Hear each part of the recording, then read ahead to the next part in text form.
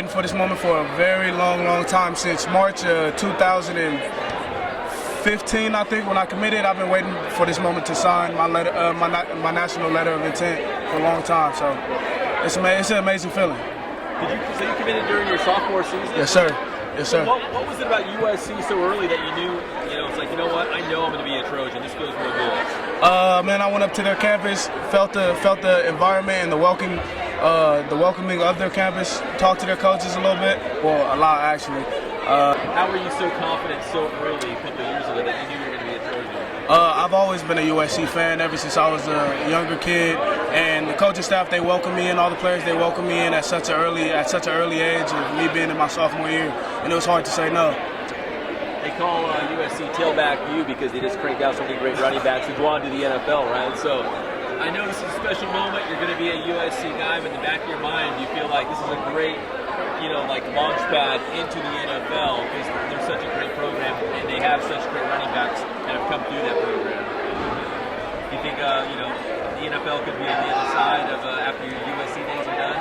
Yeah, I believe the NFL could be on the other side after my USC days are done, just because I'm going to be coached by Tommy Robinson, one of the best running back coaches in college history to me. Freshman to maybe getting that starting lineup and be that running back that USC can go to? Man, I'm going to come in and I'm going to work my butt off.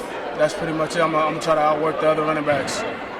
When you see him going to USC, do you think he's going to fit right in? Like he's one of those premier running backs that they've had in the past, that he could be one of those guys again? Absolutely. I think Steve, the nice thing about Steve and about some other guys that have signed out of here, you could pop them up, you could drop them in, a culture like in the Midwest, or you could put them at USC. Do I think Steve fits into Southern California? I mean, absolutely, right? But especially this kind of the heritage and all that's like a linebacker going to Penn State.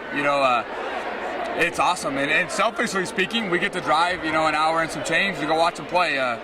It's his dream school. And the thing we're really proud about is SC went through some ups and downs, and he stuck with them, and he didn't pull a bunch of weird stuff, which goes on in recruiting now, where I'm going here, and now I'm going here, and I'm decommitting, and I'm recommitting, and he didn't do all that. He stuck to his guns, and we're proud of him for that. You've had a front row seat to watch him, through his high school career, at least the last couple seasons. I mean, what makes him so special? I mean, we see his stats, and the numbers are just crazy, but what makes him such a special running back? Obviously, I think the mix of size and speed, so he can, have what looks like a 4-yard run, and next thing you know, it's a 40 or 50-yard run. He catches the ball so well out of the backfield, and that's what, when we spoke with T. Martin, and what, to be honest, what we did with him here as well is Steve never lined up in the same position the entire game. He'd be a wide receiver, he'd be a slot receiver, he'd be a running back.